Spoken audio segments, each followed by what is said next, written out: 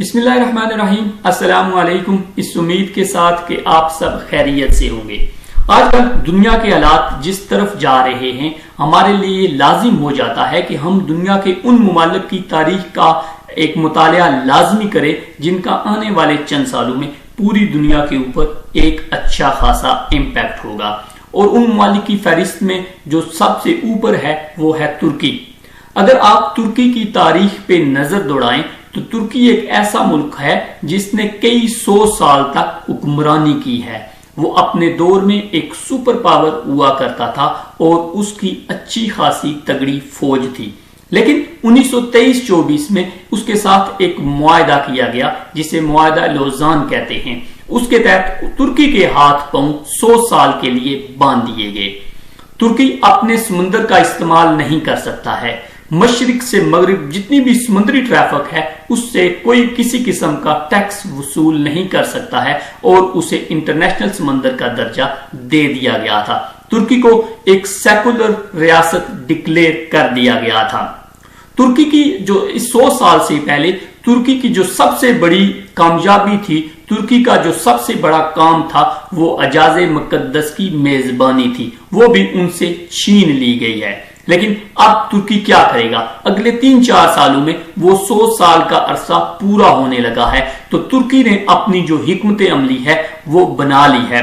ترکی ان تمام تر مشکلات کے باوجود اپنے الائنس کو تگڑا کر رہا ہے۔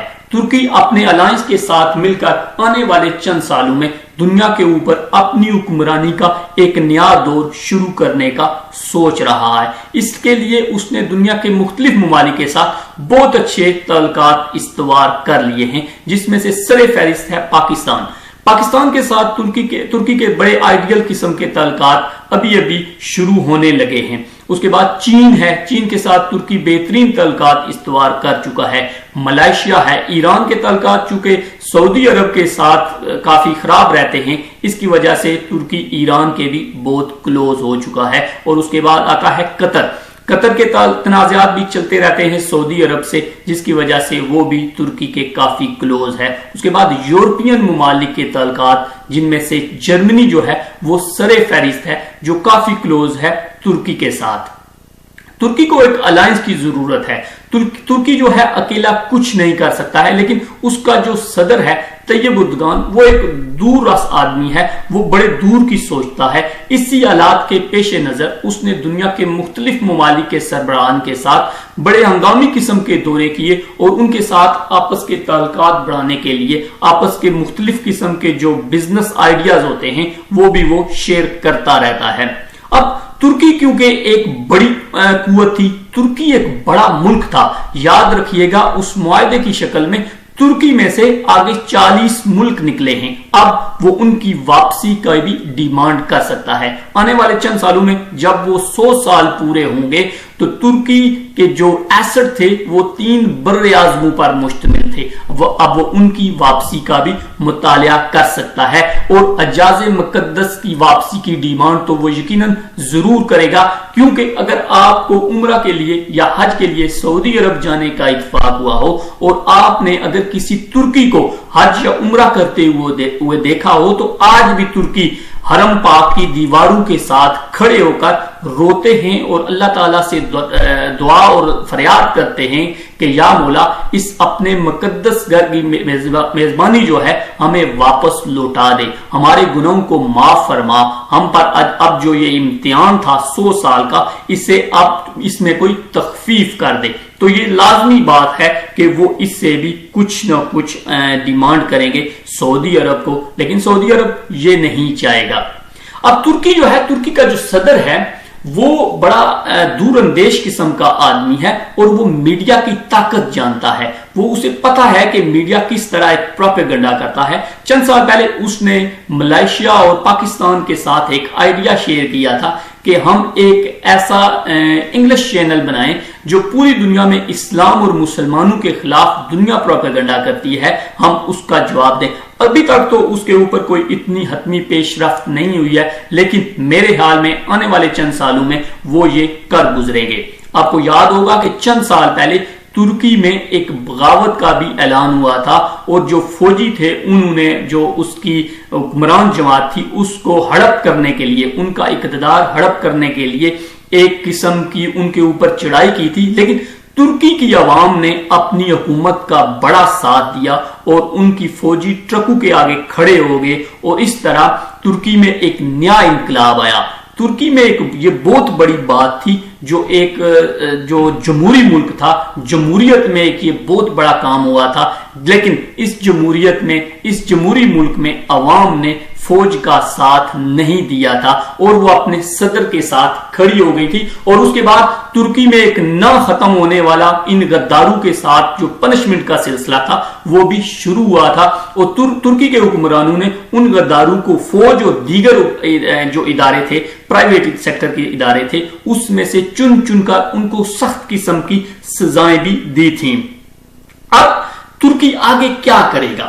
ترکی چونکہ آگے کرنے کے لیے آپ کو آگے اگلے 20 سال سوچنے کے لیے آپ کو پچھلے 20 سال پر بڑی توجہ دینا پڑتی ہے، چونکہ انہوں نے اس 100 سال میں ترکی کو ایک سیکولر ریاست، سیکولر سٹیٹ ڈکلیئر کر دیا تھا، اس لیے پچھلے 20 سال میں ترکی کے حکمرانوں نے اپنے ملک کے اندر اسلام کے حوالے سے بہت کچھ کیا ہے۔ اب ترکی کی ہر مسجد میں 2-2 3-3 مرتبہ جماعتیں ہوتی ہیں، ان کی مسجدیں نمازیوں سے بھری ہوئی ہیں۔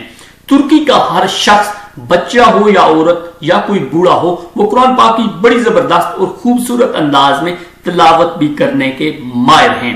اس لیے ترکی نے ایک پچھلے 20 سال جو ہیں اس کے اوپر کام کیا، اب وہ آنے والے 20 سالوں کے اوپر کام کرنے کی طرف جا رہا ہے۔ اس میں پاکستان کا کردار بڑا امپورٹنٹ ہے، کیونکہ جو ترکی ہیں وہ پاکستان کے بارے میں بڑا مثبت سوچتے ہیں اور انہوں نے اس قوم کے اوپر بڑی تحقیق کر رکھی ہے۔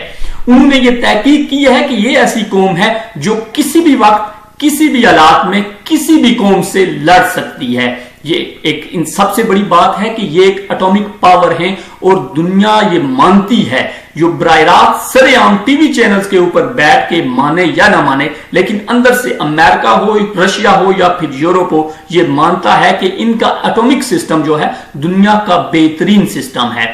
پاکستان نے دنیا کی ایک سپر پاور تھی جو سوویت یونین، اس کے ٹکڑے ٹکڑے کیے تھے اور اس کے اندر سے کئی اسلامی ملکوں نے جنم بھی لیا تھا۔ اس کے بعد پاکستان نے اپنے قبائلی علاقوں میں اور افغانستان کے علاقوں میں دنیا کی درجن بر ایجنسیوں سے ایسے مقابلہ کیا کہ آج پاکستان تقریباً دہشت گردی سے پاک ہو چکا ہے۔ یہ پاکستان کی طرف بڑی دل اور قدر کی نظر سے دیکھتے ہیں، اور آنے والے وقتوں میں جو سب سے بڑا امتحان ہے مسلم امت کا، وہ ہے مسلم امت کے جو ملک ہیں ان کے حکمرانوں کا، لیڈرشپ کا۔ اب سارا کام جو ہے عوام کے ہاتھوں میں نہیں ہے، عوام چونکہ دعائیں کر سکتی ہے، اب کام شروع ہوتا ہے لیڈرشپ کا۔ اگلے 5 سال جو ہیں وہ پاکستان اور دیگر جو بڑے مسلمان اسلامی ممالک ہیں ان کی لیڈرشپ کے حوالے سے بہت سارے ایسے فیصلے سامنے آئیں گے اور ان کے سامنے بہت ساری ایسی مشکلات بھی سامنے آئیں گی کہ ان کو ڈٹ کر مقابلہ کرنا ہوگا۔ اس میں ملائیشیا ہے، اس میں پاکستان ہے، اس میں بذات خود ترکی بھی ہے، اس کے اندر بھی بہت سارے ایسے حالات پیدا کیے جائیں گے جس سے لیڈرشپ کا فقدان پیدا ہو۔ اب ان لیڈروں پہ ہے، ان مسلمان امت کے جو رکھوالے ہیں ان کے اوپر ہے کہ وہ ترکی کا کس طرح ساتھ دیتے ہیں۔ انہیں چاہیے کہ ترکی کے ساتھ مدد کی جائے اور اپنا جو کھویا ہوا تشخص ہے اسے بحال کرنے میں یقیناً پوری مسلم امت کو ترکی کا ساتھ دینا چاہیے۔